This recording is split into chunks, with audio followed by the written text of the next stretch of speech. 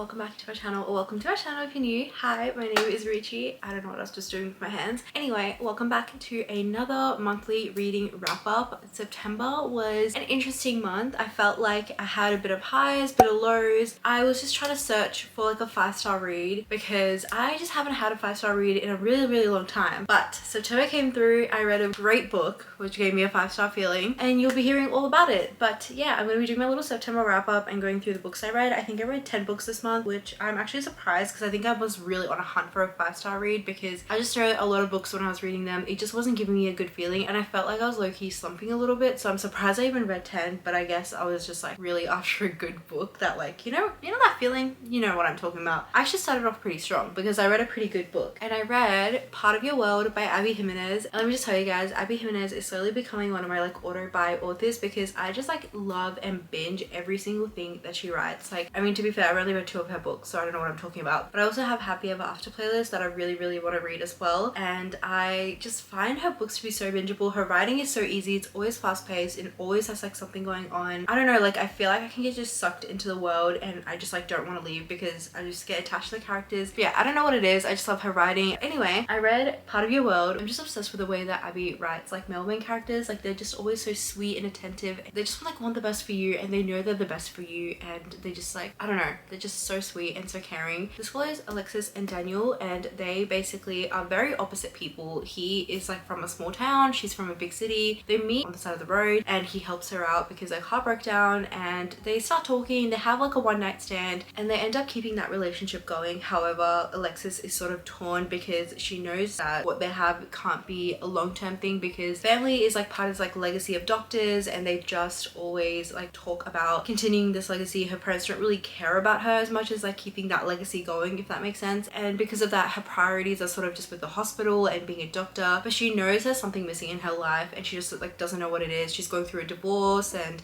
there's just like a lot of things happening in the background as well. But whereas for Daniel, like, he basically knows that Alexis is this person. He's like head over heels for her, and he like does anything he can to make her feel comfortable, to make her feel reassured. Honestly, he's such a great guy, and he just, I don't know, he just like does what he needs to do to make her feel safe, which I think is so sweet considering like just with her background with her divorce and her ex-husband. He's just a bit of a prick, and it's just like sort of their story about how they can like navigate their differences and everything. And honestly, I really enjoyed it. It was quite sweet, but I will say that I feel like a lot of it kind of made you want to think like, why are they even going to end up together? Because it's kind of like they had every reason to not be together. They're just very polar opposite in terms of their lifestyle. They just kept making that point, especially Alexis. Like, she would constantly think about what people would think, what her family would think, and I think it was just sort of about her like coming out of like that sort of programming, I guess, in her mind. But it just felt like, why are they even gonna end up together? It seems like literally everything about them is like so different. But I guess towards the end it kind of made sense. Like, she just realized there are more important things in life than worrying about what your family thinks and things like that. So I don't know, it is a good read. I still enjoyed it, and I gave this one 4 stars because, like I said, it's such an easy bingeable read, and it was enjoying while I was reading it. Just like that one thing was in my head the whole time. And then the next book that I read was honestly a beautiful breath of fresh air. Like, I am obsessed. I read The 7-Year Slip by Ashley Poston, and again, Ashley Poston is also becoming one of those authors that everything she writes I want to buy. I know she has a few young adult books, but I think her new adult slash adult fiction sort of books are literally the best. Like, Dead Romantics was surprisingly such a sweet, beautiful book that I thoroughly enjoy and I think about time to time. And I feel the exact same way about The 7-Year Slip. This basically follows Clementine and Ewan, that's the guy's name, but basically this follows mainly Clementine. She had a beautiful relationship with her aunt who recently passed away, and it's sort of her navigating the grief of losing her aunt and that relationship where it just felt like no one really understood her better than her aunt, basically. And she ends up inheriting her aunt's apartment, and that apartment has like some sort of magical elements to it, and basically it can like travel back and forth in time, and you'll meet people. And she meets this guy Ewan, and he is like the sweetest guy. Like, he's not even just a sweet guy. Like, I just felt like as a male main character, I feel like he was just like such a refreshing male main character. I don't know why. Like, I know there's like golden retriever guys and, you know, like the chill nerdy guys, like, I don't know, but he was just like refreshing. I feel like, I don't know, he was just normal and simple. It's not kind of like falling for each other, and obviously he's back in time. He's basically 7 years in her past, and that's how they meet and stuff. But then there's times when she comes back to her real world and she's like dealing with the grief fan, and back in the present time their paths sort of cross and they kind of know who the other is. They definitely know who the other is. Like Clementine knows who the other is, but she's wondering,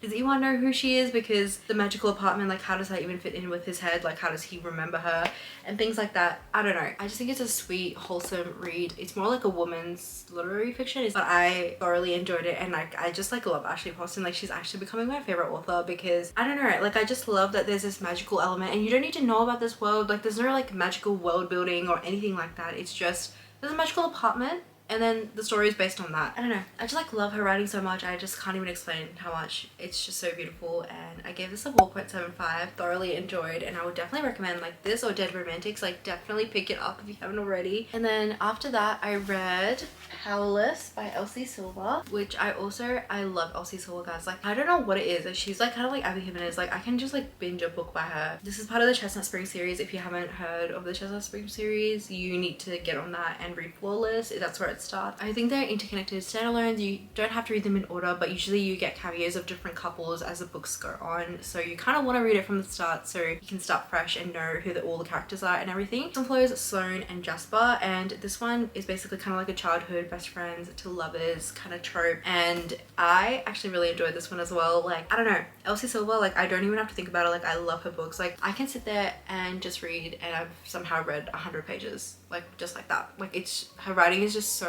easy to follow and it's just so good. Basically in this one, Sloane is about to get married. She runs away from her wedding and Jasper basically helps her, and they end up kind of like living together and they go on these like little road trips. There's a lot of close proximity. They both have like kind of liked each other. Well, Sloane has always liked him since she was a kid, and then he's kind of liked her when she's gotten a bit older, but he's never pushed it with her because, you know, that's his best friend and all of that. I don't know, he's just like really sweet and really caring, but a lot of his anxiety just like makes him look like he's like closed off. But you know, Sloane is the only one who can really see him and is there for him and understands him.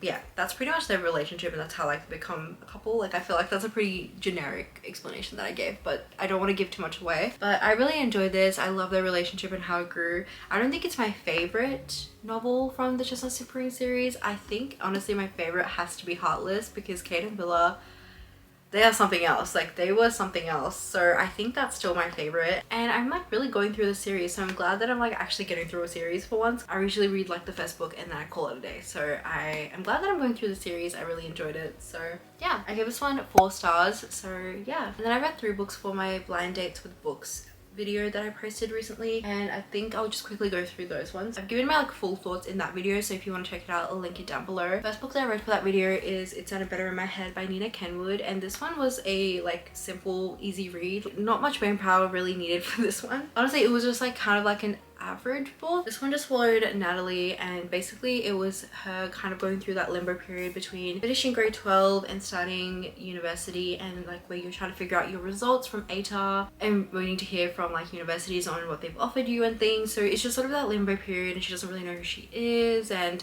like it's just like a coming of age kind of story, but it's sort of set in that gap, and there's like not really a plot, I would say. Like it's just fully vibes. Like she goes to like a few parties, she meets a guy, like it's that kind of stuff. She has like her first like relationship, and it's her navigating it. It also talked a lot about like her insecurities, and I just felt so like pulled back to my 18-year-old self, because I feel like back then I would have insecurities and it would eat up at me so much, and I felt like a lot of her thought process felt the same as to what I felt when I was 18, if that makes sense. I gave this one 3.75. like it wasn't like a crazy read for me, and I did enjoy it while I read it, but yeah, it was just like an average read. And then also for the same video I read Vampire Academy, and this one I actually enjoyed because the world was pretty easy to follow. It was kind of like set in the modern world, but just had like their own like little politics and elements and different levels of vampires and things, so it was pretty easy to follow. I will say it's a little bit dated. I feel like some of the writing, some of the things that they were talking about just felt a little bit dated, because I think this is from like 2007. Basically this followed Lisa and Rose, but it's like Rose's point of view the whole time, and basically Rose is sort of like a protection bodyguard vampire for Lisa. She is like the highest kind of level of vampire in a way, and those vampires actually have powers and stuff that they can hone and develop as well. It just starts off with them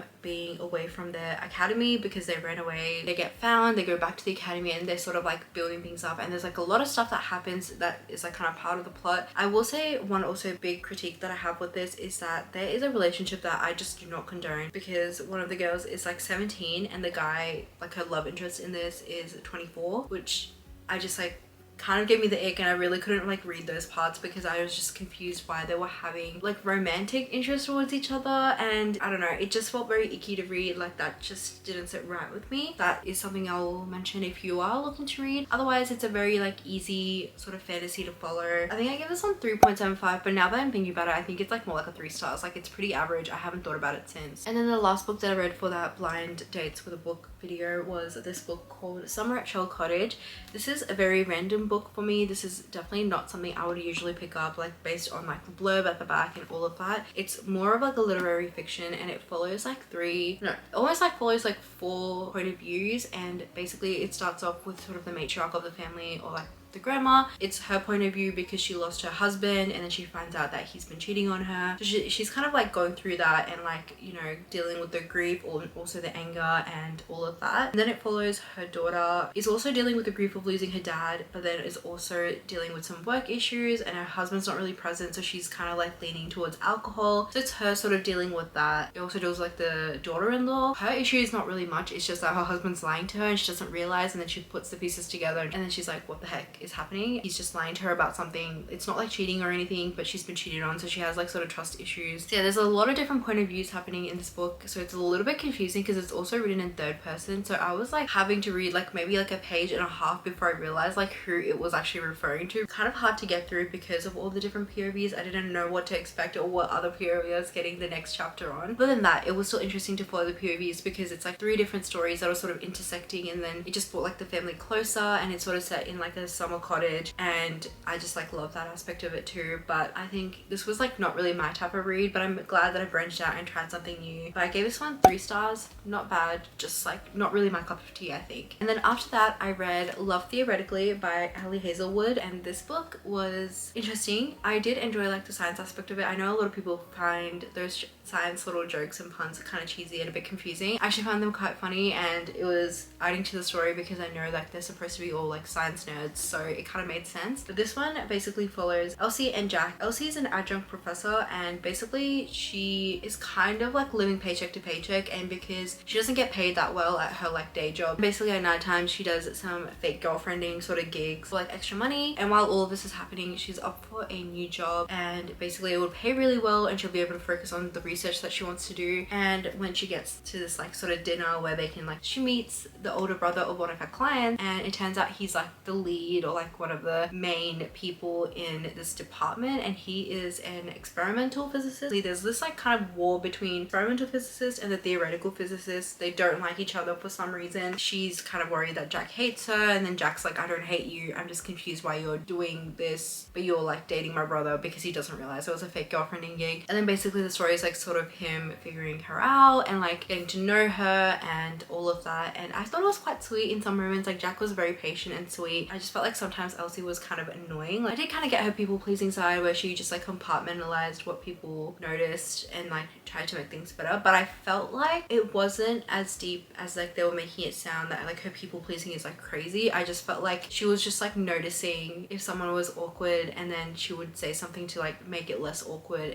And in the book Jack would be like, wow, you're really like people pleasing, like you really like observe things. And it's like, I don't know, some of those situations just felt like, isn't that what you would usually do as like any other person? Like you would try and diffuse the tension or diffuse like the awkwardness if you're in that kind of situation. I don't know, maybe that's just me, but I do understand like she did kind of like lose herself because she just like was putting on these different personas for different people, and I definitely understand that. So that part was interesting, but I felt like, yeah, some of the other things where he was like describing situations that she was doing it weren't as crazy of a situation. Like I don't know if that makes sense. I don't know if I'm gonna read any other books by Ali Hazelwood. I do want to read her new book coming out next year, which is sort of like a vampire werewolf romance or something like that. It's kind of like fantasy. I'm excited to see how she does that. Like I feel like that's something that would be really intriguing, but I don't know if I'll ever read any more of her STEM books, or maybe this one was just not the best. But I know everyone loves I Love Hypothesis, so maybe I'll end up giving that a go. But this kind of fell flat for me, and I gave this one 3.75. After that, I was in a bit of a fantasy mood, so I picked up Kingdom of the Wicked by Carrie Maniscalco. I just had really high hopes for this book, guys. I thought it was going to be like an amazing fantasy book because everyone has been raving about it, so I've just been like really curious to see if it will live up to the hype, and unfortunately for me, it really didn't. Basically, this one sort of followed Amelia and Victoria, but basically Victoria passes away, she gets murdered, and Amelia is out for revenge. And in this world,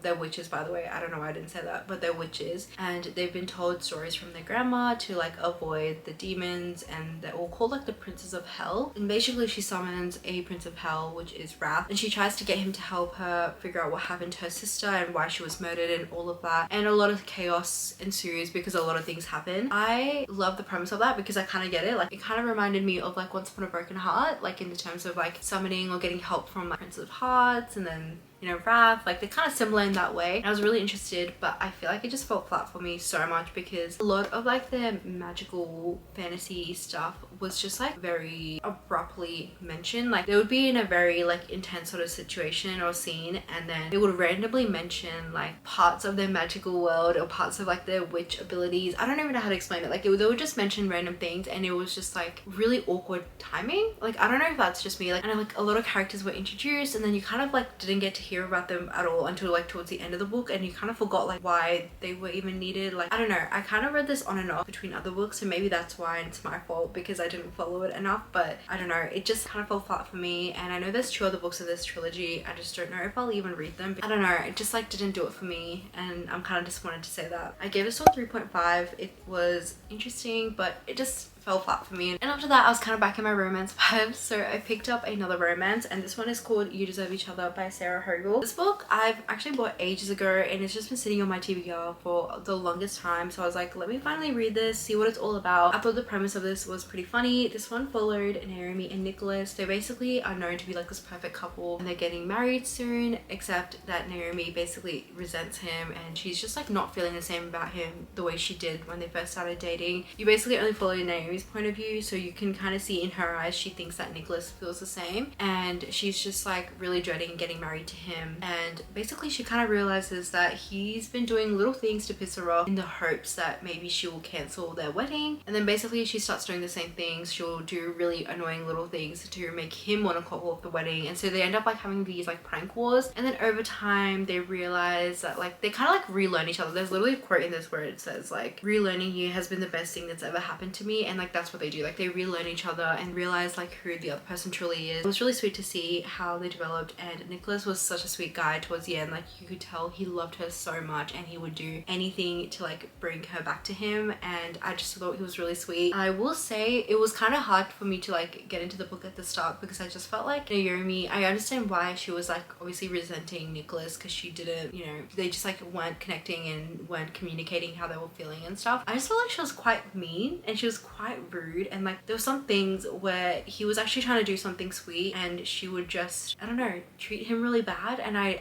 don't know, it was kind of hard to read in those times. I think I gave this one 4.5 at the time, but I think it's a 4-star read. It's not a 4.5 just because it did take me quite a bit to like get over her being so mean to him. The last book that I read this month, I was back in my fantasy phase, and I had so many things about this book, guys, and I'm sure you have too, and I'm here to tell you that this book has lived up to all the expectations that was placed on it. This book was so freaking good. I literally cannot. There is so much tension in this book. Like, if you're looking for a book that has crazy amounts of tension, enemies to lovers, there is the ultimate price to pay, essentially. Like, they're just so enemies to lovers, like they literally cannot be together, but they can't help it, and they just keep gravitating towards each other. This is the book for you. I have been looking, I've just been like feeling like I need like a 5-star read, and I cannot believe it's Lauren Roberts' like a debut novel. This is a crazy good book for a debut novel. Like, for a debut novel, like, this is insane. This one is Powerless by Lauren Roberts. I'm sure you guys would have heard about it because it is truly everywhere, but I truly think you need to read this if you love fantasy, and if you love the enemies to lovers, you will enjoy this so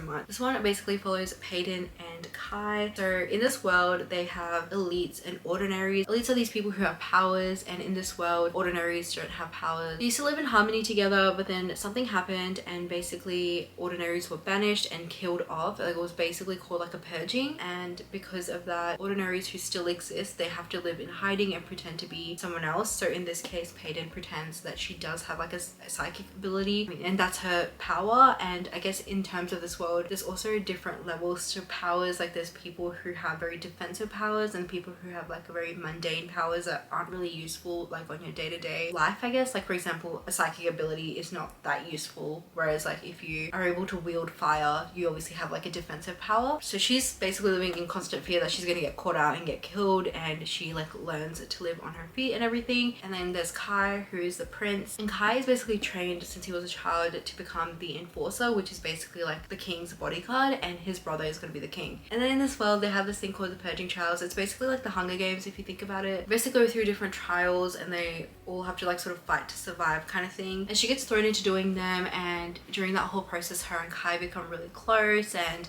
there's just like a lot of stuff happening in the background. And I thoroughly enjoyed this book. Like, I actually have tabbed this book, and I haven't tabbed a book in so long, guys. Like, the quotes in this book, like, can I just read some quotes to you guys? There's a moment when Kai is fighting and he says, "Even in my haze of pain, she was captivating." Like, he's thinking about her when he's in pain. That's not even the best one. Let me find some good ones. There's a moment when they have like dinner during like the purging trials, and there's a lot of food on the tables, and she just kind of looks like very kind of grossed out because I guess she's lived on the streets and she's realizing like this food doesn't get eaten, it goes to waste where there's people on the street like wanting food and begging for food. Anyway, and he realizes that, and he says, "As I look at the masked anger growing on her face, something tells me she would rather go hungry tonight, and that just won't do. Stop." And then he puts all the food on her plate and he's like, "Are you gonna make me spoon feed you too, or are you gonna handle feeding yourself?" Like, a guy who cares and wants to feed you. The bar is in hell. But anyway, there's this one quote that like actually like got me. Oh my god, the first time she ever says his name, he's like, "It's the first time she's called me by my name, and I realized then that I could get used to the sound of it rolling off her tongue." Like, I'm gonna find you guys my favorite quote. Okay, just wait for it. There's a moment when she asks him, "What is your favorite color?" And he says, "I never thought about what my favorite color was before. It never seemed important. Not until I looked into a pair of ocean blue eyes and realized that perhaps drowning was a beautiful thing. Not until I looked into a pair of fiery blue eyes and realized that perhaps burning was a painless thing. Not until I looked into a pair of sky blue eyes and realized that perhaps falling was a peaceful thing. I'd never thought about what my favorite color was before because I hadn't seen one that was worthy of the title until now, that is." Like, just kill me. I don't know. Easy 5 stars. Like, obviously, if you couldn't guess, I've been gushing over this book for like 5 minutes now, probably. I think everyone should read it if you are looking for a romance, fantasy that is tension that you can cut with a knife. This book is it. Like, it's so good. I'm so excited for the second one to come out. Like, reading that again actually just like put me back into when I was reading it for the first time. It's so good. Definitely recommend. And I'm so glad I ended September with a bang because, like I said, September started off strong, but then it kind of got a bit average. Like, I didn't find the best books, but this one topped it off for me, and it did it to me. Like, it was so good, and I really recommend that you guys read it because I thoroughly enjoyed this one so much. These are all the books that I read in September, and I am so glad that I read all these, and it led me to Powerless because I love this book so much. But anyway, thank you guys so much for watching. I hope you guys enjoyed this little video, and hopefully you found some books that maybe you want to read. Thank you guys so much for watching. I love you, and I'll catch you in my next video. Bye!